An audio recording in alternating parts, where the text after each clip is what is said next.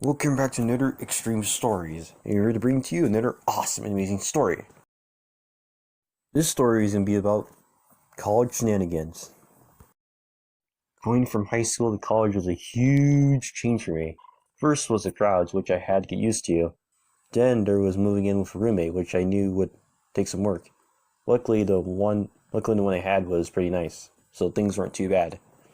However, for this story, we are focusing on the dorms. The dorms are a place where things can always go wrong. My first day living in the dorm was like a dream. The first reason why that is because I had a premium plan. A premium plan is a plan that you choose in which you get to have benefits like moving in a day early, getting extra money on your meal plan, and some more awesome stuff. The only problem with premium is that you're stuck on campus for 2 years, so I won't be able to live in an apartment until my plan expires before junior year. Huge mistake. Now with the dorms, I ended up on the floor of people that all seemed alright. Nothing out of the ordinary, but later I would soon learn that some of the people on our floor can be animals. The problem with the dorms started with the bathrooms. Of course it had to be the bathrooms. Well, with the bathrooms we had open shower areas, which wasn't the best considering the pipes were pretty rusty and looked like they had been cleaned for 50 years. And also the place was pretty old, and just this year the place is getting shut down. So after our class just moved out, a little early because of quarantine, but it's not going to exist next semester because it's being destroyed. But back to the story. Well, with the bathrooms, the issue is that after people took a shower in the area, they would leave their towel or maybe a toothbrush or even at times their whole crap sitting there. It even got to the point where you couldn't even set your stuff down without someone else's trousers being right in the way. Personally, the people responsible don't know that the bathroom isn't their place for their stuff because it isn't. But I guess people think they should treat it as their own home. But it's not their home, it's college.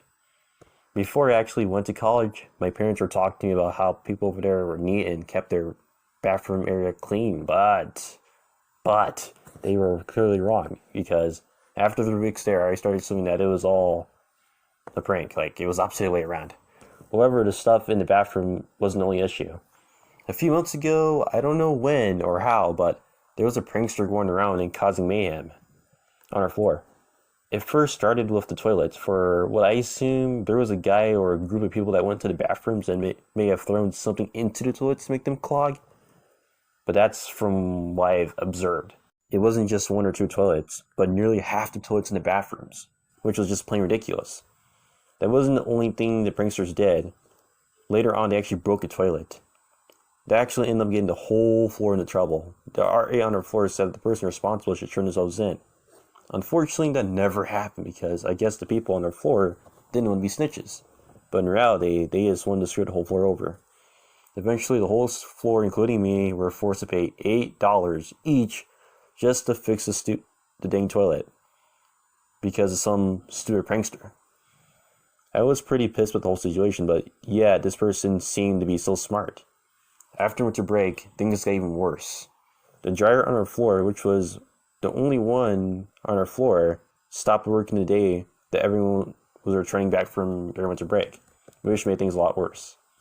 Then the prankster apparently started doing even worse things like setting off the fire alarm and flooding the shower areas. That of course made me really mad. I actually remember that one of those days I walked into the bathroom and got sprayed immediately by a broken faucet in one of the showers. Good game, prankster. Good game. Still to this day, I don't know who the mysterious dorm prankster is, but whoever he was, he's hiding out there somewhere, waiting to plan their attack our dorm floor. Of course, he won't be able to do it again because we're already off campus, so whoever he was, he totally got away with it. But overall, those are the main problems with our dorm. The only other issues that sometimes occurred were a lot of people on the floor who always knew how to knock me out of my sleep. Or sometimes there would be people outside doing that. Once I got knocked out of my sleep because there was a group of people outside singing like crazy. However, they were caught by police and were chased off the dorm premises. Seriously, if you think it's okay to wake people up at 1 a.m. in the morning for a singing party, then please reconsider doing it at a dorm residence area.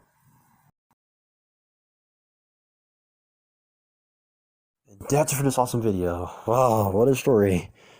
Thank you guys for tuning in. Thank you guys for sticking to this challenge during this tough time as took a long time to get these videos out, and especially with Xtreme Stories, because I've not done Xtreme Stories for such a long time, but now we're bringing them back, and as usual, they'll premiere on Tuesdays, and they'll continue to premiere Tuesday from now on until the end of summer. Hopefully until the end of summer, because I'm not sure if I can continue to bring all these stories every week, because the backgrounds and everything took me a long time to make, and from now on, the videos will have more detail in them, and with the more detail, makes a better video.